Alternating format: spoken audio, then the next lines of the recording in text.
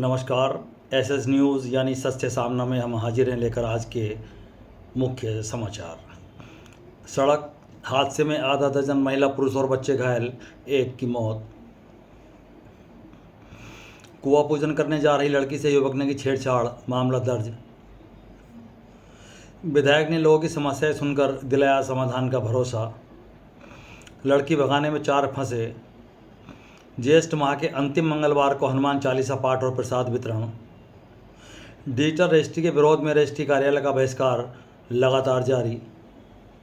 गड्ढे में फंसी गाय को ग्रामीणों के सहयोग से निकलवाकर बचाई जान। बस में पीछे से घुसकर कार हुई क्षतिग्रस्त। और अधिकांश कोचिंग सेंटरों पर नहीं फायर एनओसी, बच्चे खतरे से अनजान। जनपद के अधिकांश कोचिंग सेंटरों में विद्यार्थियों के जीवन से खिलवाड़ कर पढ़ाई हो रही है। अधिकांश सेंटरों के पास आग से लड़ने के संसाधन नहीं हैं। कई जगह कोचिंग सेंटर ऐसे तंग रास्तों में है जहां एक कार तक नहीं जा सकती।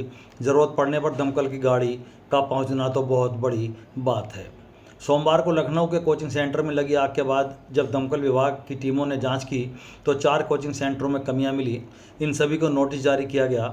अफसरों का कहना है कि सिर्फ 14 कोचिंग सेंटरों के पास फायर एनओसी है। डीआईओएस कार्यालय में केवल 16 कोचिंग सेंटर पंजीकृत हैं, जबकि गली मोहल्लों में सेंटर चल रहे हैं। छोटे छोटे कमरों में बच्चों को बैठाकर पढ़ाया जा रहा है। मुरादाबाद शहर से लेकर ठाकुरद्वारा, कांड बिलारी आदि अनेक स्थानों पर घरों में भी कोचिंग सेंटर संचालित हो रहे हैं। जरा सी लापरवाही से खुद की और अपनों की जान भी जा सकती है। इसकी वानगी आज कांठ में देखने को मिली।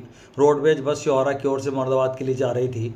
बस के चालक ने भूड़ मंदिर के पास सवारी उतारने के लिए जैसे ही ब्रेक लगाए, वैसे ही पीछे से आ रही कार बस में घुस गई, जिससे कार में बैठी सवारी तो चोटिल होने से बच गई, लेकिन कार का बोनट क्षतिग्रस्त हो गया। कार सवार ने गाड़ी बस के आगे लगा दी और दोनों में कहासुनी होने लगी। बात बढ़ती देख बस के कंडक्टर ने सवारियों को उतारकर दूसरी बस में बैठा दिया।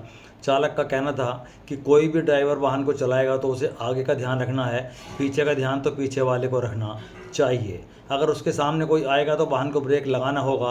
अब पीछे वाले को एक तो उचित दूरी बनाकर चलना चाहिए और उसके बाद सावधानी के साथ अपने वाहन को चलाना भी चाहिए।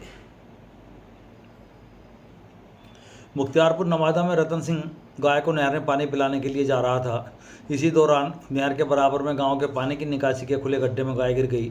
सूचना मिलने पर विकास शर्मा मौके पर पहुंचे और संबंधित अधिकारियों को सूचित करके जेसीबी मशीन की व्यवस्था कराई, मगर अफसोस कि रेलवे फाटक बंद होने के कारण जेसीबी केवल वहीं रह गई और विकास शर्मा के सहयोग और तकनीक से गाय स्वामी रतन सिंह अन्य ग्रामीणों ने गाय को बाहर निकाल लिया। विकास शर्मा ने ऐसे खुले गड्ढों को बंद कराने या उनकी बैरिकेडिंग कराए जाने की मांग प्रशासन से की है। डिजिटल रजिस्ट्री व्यवस्था के विरोध में आज 90 दिन कांड तहसील में अधिवक्ताओं के रजिस्ट्री कार्यालय का बहिष्कार जारी रहा। अधिवक्ताओं ने कहा कि वर्तमान डिजिटल व्यवस्था से आम जनता, किसान एवं ग्रामीण क्षेत्र के लोगों को अनावश्यक परेशानियों का सामना करना पड़ सकता है। इसके बाद अधिवक्ताओं ने बैठक कर आंदोलन की आगामी रणनीति पर विचार किया तथा निर्णय लिया कि मांगों पर विचार न होने की स्थिति में आंदोलन लगातार जारी रहेगा।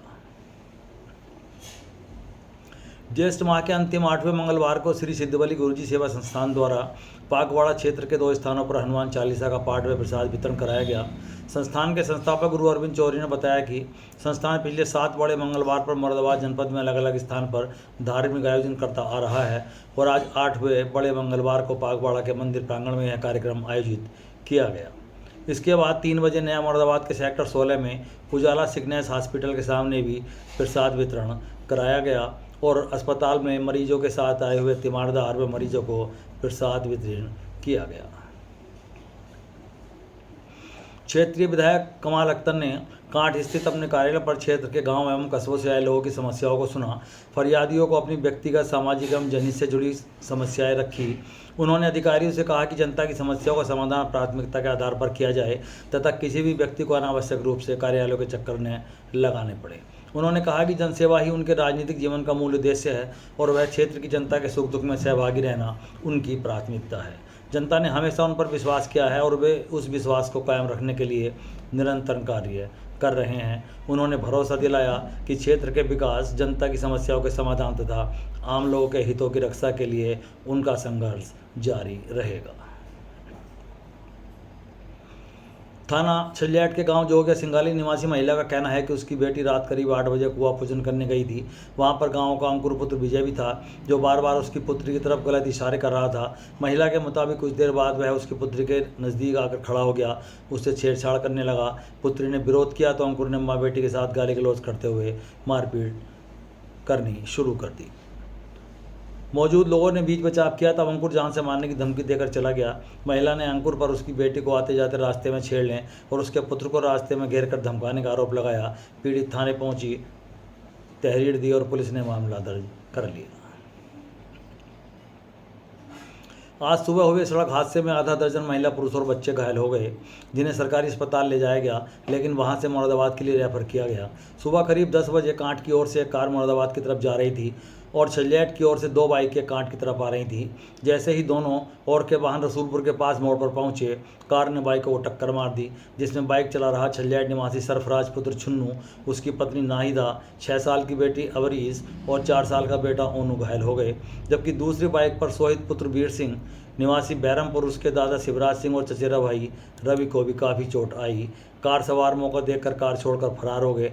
घायलों को सरकारी अस्पताल लाया गया, जहां से मुरादाबाद के लिए रेफर कर दिया गया। बताया गया कि मुरादाबाद जाकर सरफराज पुत्र मोहम्मद चुन्नू की मौत हो गई। सरफराज की ससुराल कांट की है और वह अपनी पत्नी और बच्चों के साथ कांट के लिए आ रहा था। घटना की सूचना मिलने पर परिजनों में कोहराम मच गया। उधर सोहित एवं उसके दादा को भी काफ़ी चोटें आई।